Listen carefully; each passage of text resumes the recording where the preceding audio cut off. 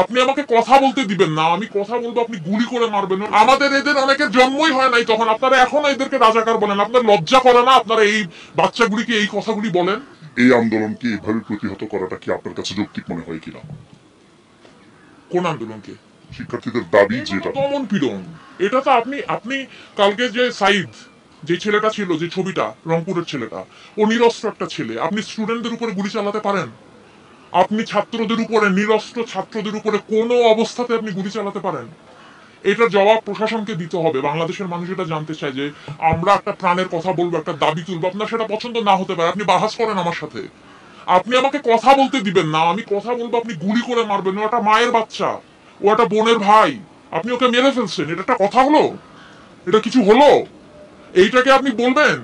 এইটাকে আপনি স্বাধীনতা বলবেন? আমি কিভাবে আপনি কি এখানে আপনি এই প্রশ্ন তুলবেন যে রাজাকার নাকি কি? এগুলি হচ্ছে আপনার বহুদিন ধরে এই কার্ড খেলে যাচ্ছেন।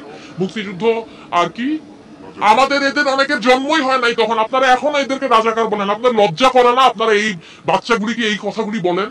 আপনারা লজ্জা করে না যে কেন এই এই ছাত্র গোষ্ঠী এরকম একটা আমরা কোথায় কিছু একটা ন্যায্যতার কিছু একটা অধিকারের কথা বললে আপনারা বলেন যে রাজাকার? আরে আশ্চর্য কথাবার্তা! আমার স্বাধীন দেশে আপনি আমাকে, আমি আমার ন্যায্য অধিকারের কথা বলবো, আপনি কথায় কথায় আমার মুখে ছুড়ে মারবেন রাজাকার, কথায় কথায় ছুড়ে মারবেন রাজাকার। এটা কি ফাইজলামি?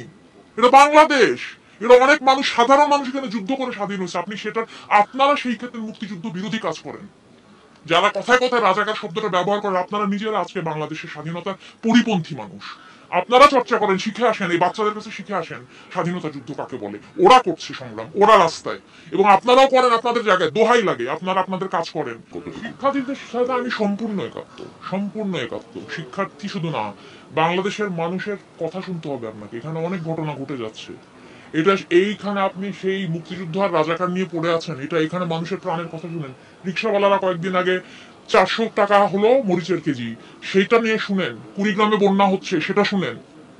হ্যাঁ, মানুষ চিকিৎসা, একটা মেডিকেল কলেজে গিয়ে দেখেন সাধারণ মানুষের একটা চিকিৎসা পেতে কি, আপনাদের একটা শ্রেণীর মাথা ব্যথা হলে তারা সিঙ্গাপুরে দৌড় দেয়। আর আমার দেশের মানুষ মানে ক্যান্সার হয়ে গেলেও বা যে বড় বড় চিকিৎসার পয়সা নাই, এরা করবে না চিকিৎসা। আপনি কি বলেন এটাকে? এটা কি স্বর্গরাজ্য? এটা কি সত্যি তাই? এরকম এটা বাংলাদেশ? এইটাকে আপনি বলেন? সাধারণ মানুষের অর্থনৈতিক স্বাধীনতা, কথা বলার স্বাধীনতা, কোনো কিছু যদি না থাকে আপনি সেটাকে বলবেন? আমাদের অনেক যুদ্ধ বাকি, সেটা আমাদের করতে হবে। সবচেয়ে বড় কথা হচ্ছে সক্ষমতা। আপনি কি একটা সাধারণ মানুষ হিসেবে অনুভব করেন যে আপনি স্বাধীন? আপনি একটা সুন্দর জীবনযাপন করতে পারেন এখানে, স্বাধীনতার বোধ? নাকি আপনি প্রত্যেকটা কথা কেটে কেটে বলেন, ভয়ে ভয়ে বলেন? প্রত্যেকটা কথার মধ্যে 100 বার চিন্তা করেন যে এটা বলা যাবে, এটা বলা যাবে না, আপনি তাহলে স্বাধীন না? কেন এটা করতে হবে আমাকে?